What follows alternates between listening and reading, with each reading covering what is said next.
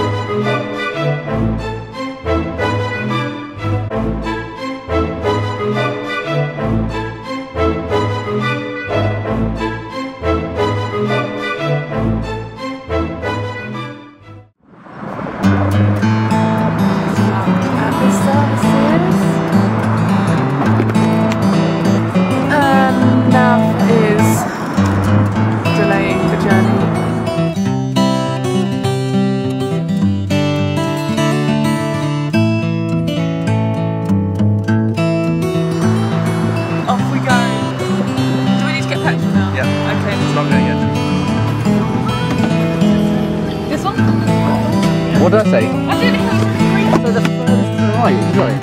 You're such a dickhead, aren't you? It's on footage. You Yeah. shouting at me. Yeah, it is. This is my first time filling up the car. £15. Yeah. Is that okay? Yeah. So let's go like that. Yep. Now. So it makes a cookie noise. Well done. Okay, and now I need to.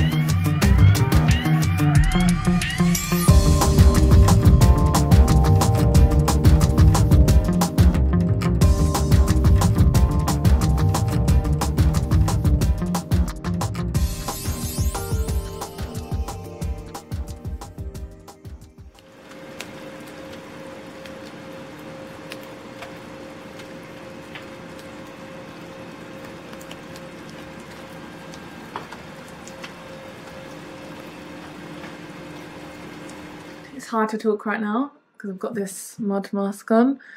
I haven't done this for ages, but I've got the day off, so I thought, why not? Why not do some beautification? So hair is being washed, even though it's raining and I've got to go outside. Well, I've got to go to London, and may as well have good skin. That's done. So all I've got to do now is dry my hair and get ready to go out. Hair dried, product, hairspray, little bit of makeup, and jobs are good. Today is my day off. It's a Friday, so I'm ecstatic. I love having a day off. I mean, I've talked about it before, but yeah, I haven't really done a great deal. I mean, one of the things that I find is that when you have a day off, you think you're gonna have a lie-in, but you just don't. I don't know why. Is it everyone? Are we all programmed that way, that we just naturally wake up at our normal wake-up time, and then even though we know we can go back to sleep, you just can't. I don't know why. I mean, I used to be able to sleep till midday when I was in uni, and now I think the longest I can stay in bed is like 9 o'clock. I'd talk to you about driving, because this is a big fear of mine, and I've done a bit more driving. I drove all the way to London with a chaperone. I need someone in the car, but the big test for me is, can I drive when someone's not in the car? Can I make decisions when someone's not there to tell me, Janine, you need to go that way. Janine, get into that lane. Janine, give way, or there's an ambulance. Because these things, they don't come naturally to me, and that is a problem. I do get really intimidated of other drivers. I mean, there's been times when I've stalled the car on a quiet country lane, and I'm literally just realising what I've done, and suddenly a car behind me is zooming off angrily, and I don't even have a moment to kind of collect my thoughts and you know, switch the ignition back on. I passed my test 4 years ago, and I actually passed first time. I don't know how. I've had maybe 9 instructors. I mean, not all of them were when I hadn't passed. I did have 1 or 2 for refresher lessons after. But yeah, I have had a lot of instructors. It's not because I'm a difficult person. I'm just trying to find the right instructor for me. Took a bit of time. Yeah, I passed 4 years ago, and I never drove. I never drove since then until I got married, and then my husband got a car, and I kind of had to refresh my driving skills and start using this vital skill because it is important. So a few weekends ago, I took the car out for myself. Now this is the first time I've taken the car out for about 8 months on my own. This is a big thing, and it was a short, say a 10-minute drive that I was doing, so not particularly long. I'm driving along, and I can feel my heart racing a little bit. I'm a bit scared, but I've done the hard part. I'm out of the car park.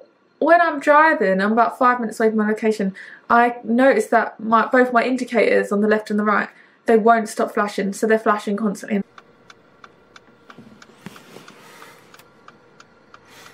I'm thinking, what is going on here? So I'm messing around with the indicators. I'm driving and trying to follow the sat nav and messing around with the indicators, pulling it up, pulling it down, going left, going right. Nothing's happening. It's not going away, and I'm getting really confused. And I'm like driving, and I'm screaming at myself, screaming at the car, really saying, "Go away!"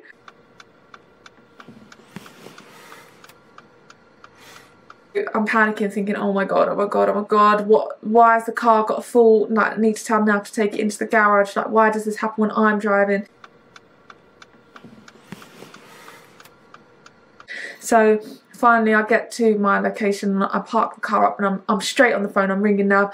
I'm like, "Nav, the lights won't stop. Oh, the hazards are on." And I just clocked. I just realised there and then I must have pressed the hazards, and I'd left the hazards on for the whole journey, and it caused me a lot of stress.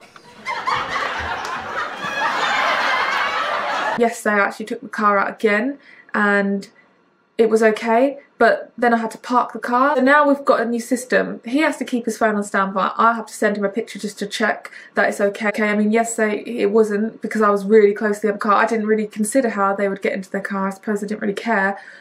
You know, like how on a computer, when you've got a system fault, you can do a remote access, so you get someone just going onto your computer and sorting everything out. Why can't they have that for parking? That would make my life. I mean, to be fair, our car, it has got sensors, and it's got one of those screens in the back, so you can see the back of the car, so you don't run anyone over. So to be honest, it is pretty straightforward, but I need it to be more straightforward. I just remembered another story actually about my drive. No, and this is how crazy it is that driving evokes so much fear in me. I was in a safe place, the car park. I'm trying to park the car, because that's what you have to do when you're in a car park. You need to park the car. I'm trying to park, and it's quite an awkward spot, very awkward. Of all the spots, it's the hardest. Like, you have to reverse around a pillar, and you're literally in the smallest, most cramped space. Innocently, I'm trying to park the car, and I hear a noise. Someone has horned me.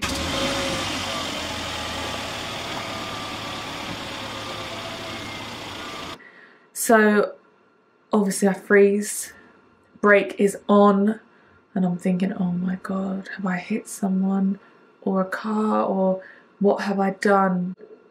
So I'm frozen. And then I'm looking around me, and I'm looking on the sensors, and I can't see anything. I can't see any other cars that are out apart from the parked ones in their bays. Can't see any humans, any people. Who is horning me? What have I done? And then suddenly I realise it was me. It was me. Shall we go?